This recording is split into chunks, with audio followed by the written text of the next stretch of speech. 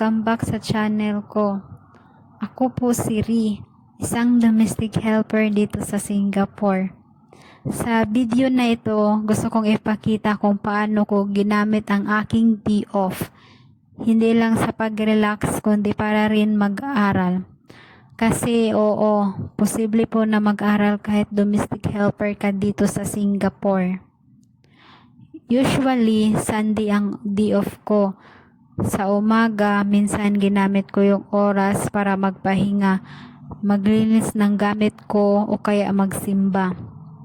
Pero ngayong araw, iba yung schedule ko kasi may pasok ako sa school. Twice a month lang ang klase ko tuwing Sunday hapon.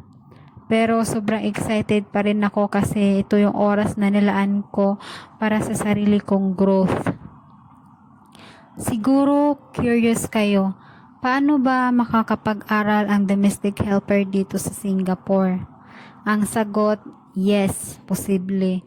As long as day off mo at may approval ng employer, pwede kang mag-enroll sa mga short courses o diploma programs.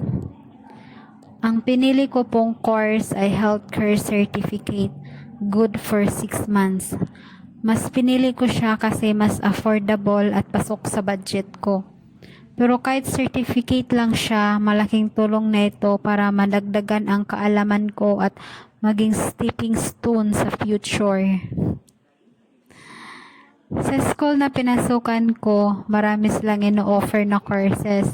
Hindi lang healthcare o caregiver, kundi pati cooking, basic English, basic computer, hairdressing, guitar lessons, at marami pang iba. Halos lahat ng courses nila 6 months lang.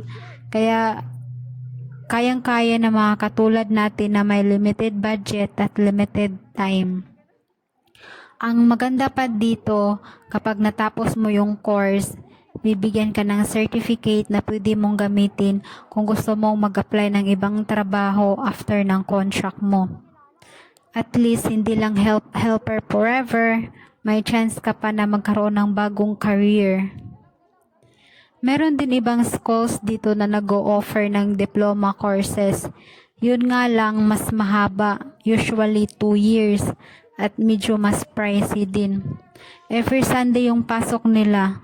Kung gusto mo talaga ng mas advanced na career path, okay din yung diploma. Pero syempre, depende sa budget at sa plano mo. Para sa akin, kahit certificate course lang yung kinuha ko, sobrang laking bagay na nito. Hindi lang siya dagdag kaalaman, kundi inspiration din na kahit domestic helper ako ngayon, pwede pa rin ako mag-grow at matuto ng bagong skills. At alam ko, darating yung panahon na magagamit ko ito para sa pamilya ko at para sa sarili kong future. Kaya sa mga kapwa ko, OFW at domestic helpers dito sa Singapore, gusto ko lang ipaalala na may mga opportunities pa rin para sa atin. Hindi porket helper tayo ngayon, hanggang doon na lang tayo. Pwede tayong mag-invest sa sarili natin kaysa simpleng paraan lang.